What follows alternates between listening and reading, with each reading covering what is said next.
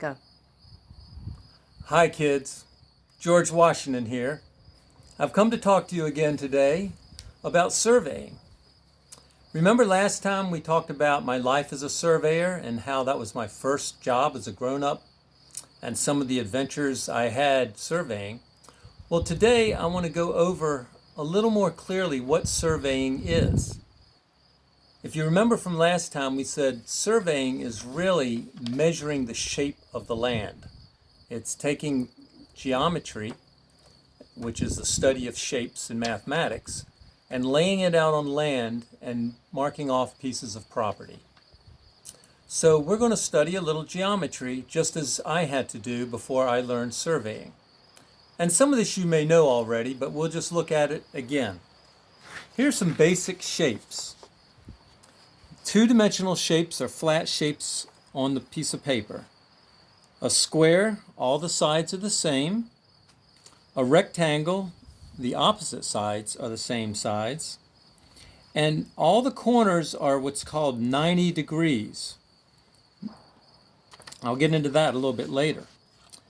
Two other common shapes, two-dimensional, are a triangle, which has three sides, and a circle with just one point and the whole circumference coming around it.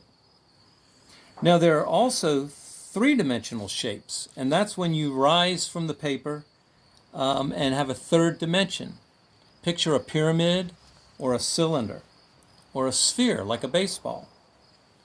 So with three dimensions, if you take a square and raise it off the paper, you have a cube. With a rectangle, it's actually called a rectangular prism. It's like a cube, but it's elongated.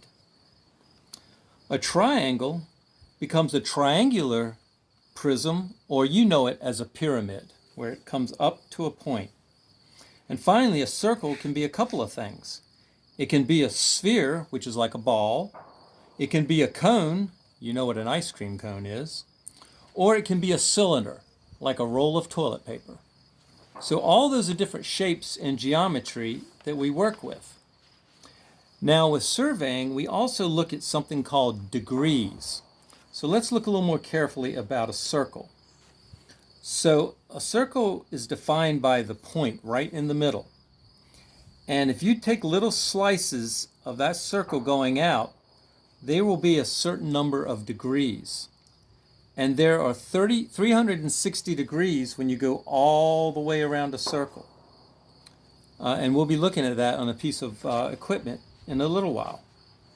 So also within a circle you can still have 90 degrees. So see how we have that square corner?